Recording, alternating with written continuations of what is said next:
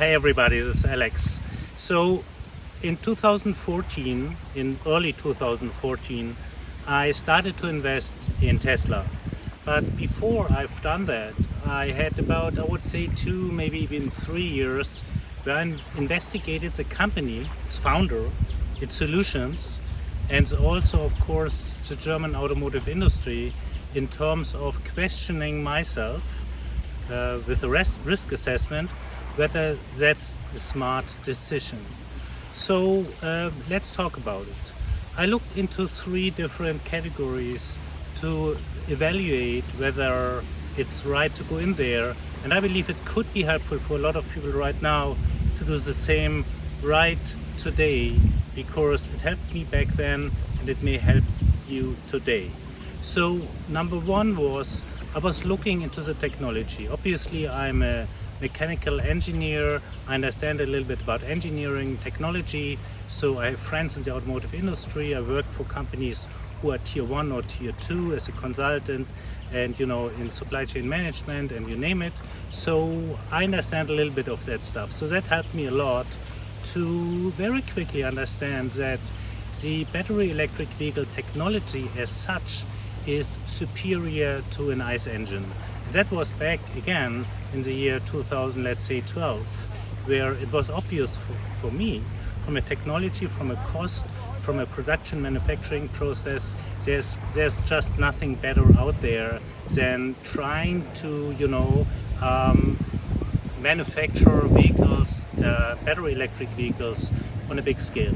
So back that day nobody believed me. Obviously I was in discussion with friends and other people, but the technology part was really very logic for me, simply because it's less parts, you have less maintenance, you have less repair, it's easier to source the materials. Obviously you have a challenge with battery materials and producing a lot of batteries, but under the line it did sound really very easy and straightforward for me that this is the right technology to go for in the future.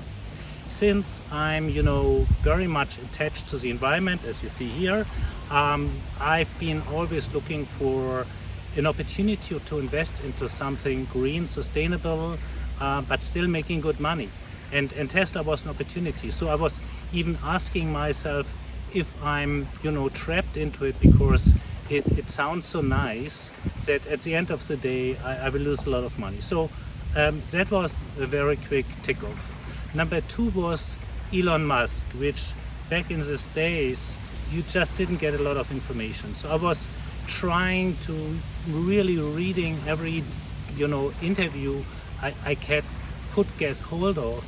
I was reading all books, was reading about Elon, his history, what he has done with PayPal, back in these days, what kind of type of personality he has. Because for me, I've been working with a lot of top managers in my business career, so I understand culture and I understand how companies, startups work, because I work for startups. So I was asking myself whether he's a little bit too harsh, straightforward. On the other side of the coin, it's what I've been looking for. I've been looking for a manager that is not making compromises and is really hiring the best of the best.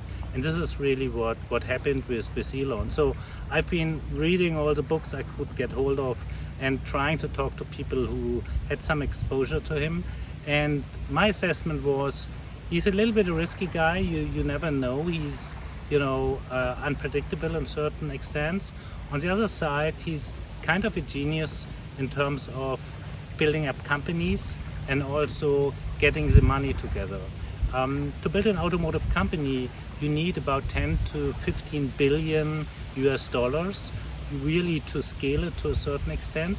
And that was another risk I've been seeing for other startups in that arena, which had good founders and good solutions. But at the end of the day, you need to have the cash, the money, the funding in order to scale the production up, because it takes a long time until you create free cash flow in order to finance your expansion. So I've been looking at Elon and I've been saying his ecosystem of finance people, and that he probably just needs to make a few phone calls to get the money in, and that proved to be right later on. So with Elon, that still was a little bit of a wild card for me, but back in those days I said it's worth the risk, so I decided to tick this off too.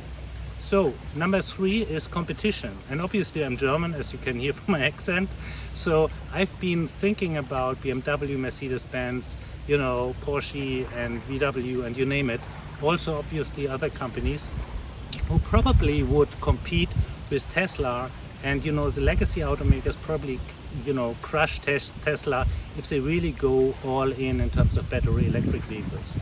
The reason why I came to a different, conclusion was culture. I've been looking at the German automotive industry. I've been seeing these people. I've been talking to these people as an organization which is a little bit complacent. They are interested in keeping the status quo in order to make the nice profits that they're getting every day. And because, you know, you don't have founders, you just only have managers, these people are more interested to make good profit the next years. If you start into the battery electric vehicle manufacturing arena, you're just not gonna have big profits the next 5 to 10 years. And then you reach, you know, break even, and one day you make a little bit free cash flow, and then off you go. But it takes a while.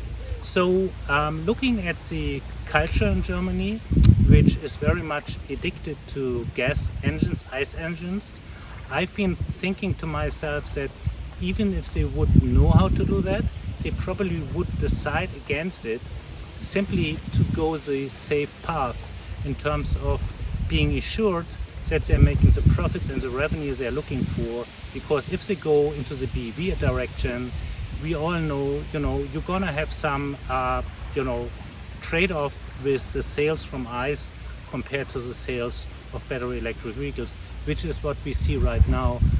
Just today I heard that VW is now thinking that this year they probably sell 10 to 20% less battery electric vehicles even. So that's another thing which I came across, which is in terms of technology, in terms of battery technology, in terms of BEVs, software is king. And German automotive industry is not known for software. That wasn't back in the day, 2012, 2014, when I looked into it, and it's not the case today. For me, being someone who has worked 20 years in the software industry, this was crystal clear. So there was no doubt about that, which, you know, led to the conclusion that even if German automotive companies with big pockets, deep pockets, a lot of money, want to go in there and want to compete against Tesla, they're not going to win. At the end of the day now, about 10 years later, I can say I've been probably right. At least I invested all my money from 2014 to 2018 into Tesla. And you know what? After I did the first purchases, I decided if I really mean this seriously, I need to go all in.